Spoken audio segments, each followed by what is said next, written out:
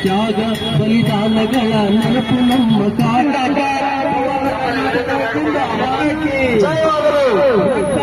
पूरे भारत देश में हुतात्मा दिन मना रहे हैं।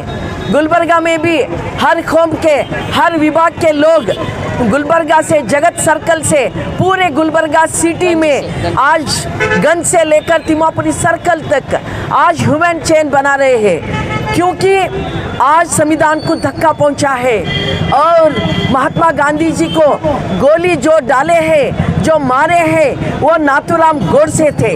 नाथूराम गोडसे का सिद्धांत था कौमवाद, कम्युनलिज्म, इस देश का संविधान का खिलाफ उनका सिद्धांत था। तो उस सिद्धांत का शिकार बन गया महात्मा गांधी जी। महात्मा गांधी जी मरते समय हे राम बोले।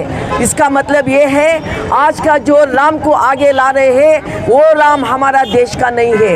जो महात्मा गांधी जी ने कहा है मरते दम तक कि आखिर सांस में उन्होंने कहा हे राम, वो राम है इस देश का शांति चैन अमन चाहने वाले राम, रघुपति राघव राजा राम सब पतित पावन सीता राम, सबको सन्मति दे भगवान, ईश्वर अल्लाह तेरो नाम, सबको सन्मति दे भगवान।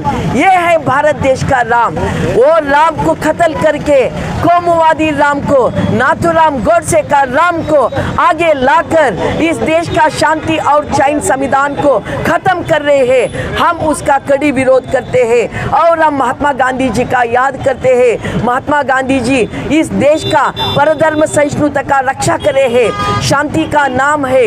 इस देश में सौहार्द परंपरा, बहुसांस्कृतिक परंपरा कायम रखने के लिए महात्मा गांधी जी का बलिदान हुआ है और नाथूराम गोडसे उन्हें साक्षी देकर इस देश का चैन अमन शांति का हत्या करे हैं। इसीलिए हमने आज सभी लोगों को विनती करते हैं कि भारत देश में नाथूराम गोडसे का सिद्धांत कोई लोग नहीं मानना, उनका जो बीज इस देश के जमीन के अंदर नहीं उगाता है, इस देश में शांति और अमन चैन कायम रहता है। इसीलिए आज ह्यूमन चेन बना रहे हैं। सभी लोग इस ह्यूमन चेन में शामिल हो गए हैं और इस देश हिंदू, मुस्लिम, सिख, ईसाई, पारसी, बौद्ध, जैन, लिंगायत, आस्तिक, नास्तिक सभी लोगों का देश है।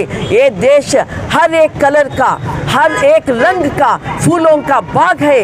इस बाग हमने कायम रखते हैं, शांति अमन चैन कायम रखते हैं। इसलिए आज हमने ह्यूमन चैन कर रहे हैं।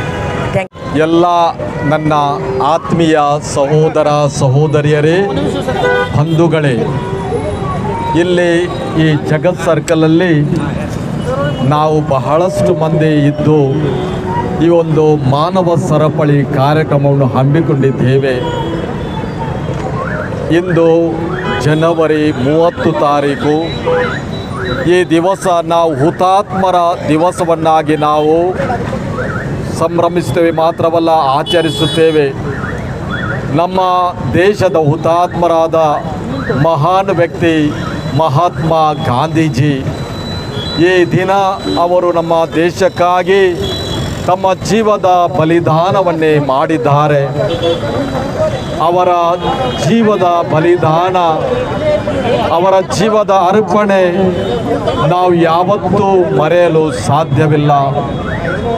ನಾವು ಅವರು ಮಾಡಿದ ಈ ಬಲಿದಾನದ ನೆನಪಿಸ್ತೇ ಮಾತ್ರವಲ್ಲ, ಸ್ಮರಿಸ್ತೇ ಮಾತ್ರವಲ್ಲ, ನಮ್ಮ ಧ್ಯೇಯ ಇಷ್ಟೇ, ಸಹ ಬಾಳ್ವೆ, ಸಹಿಷ್ಣುತೆ, ಎಲ್ಲರ ಜೊತೆ ಸಹ ಬಾಳ್ವೆ, ಭ್ರಾತೃತ್ವದ ಒಂದು ಬಂಧನ, ಇದು ನಮ್ಮ ಜೀವನದ ಧ್ಯೇಯವಾಗಿರಬೇಕು.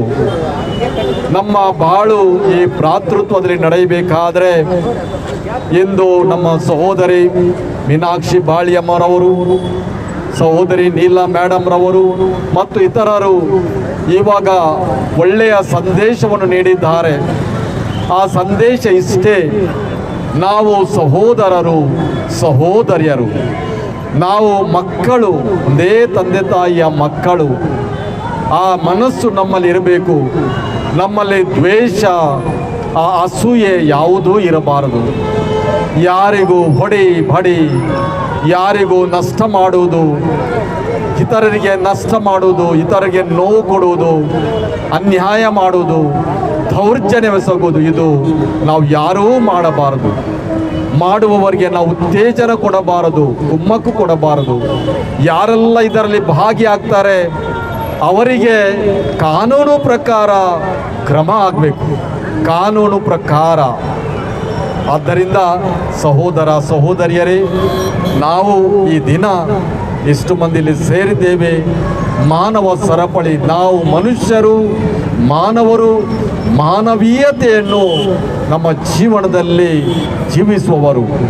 ಮಾನವೀಯತೆ ನಮ್ಮ ಧರ್ಮವಾಗಿರಬೇಕು, ಮಾನವೀಯತೆ ನಮ್ಮ ದಾರಿ.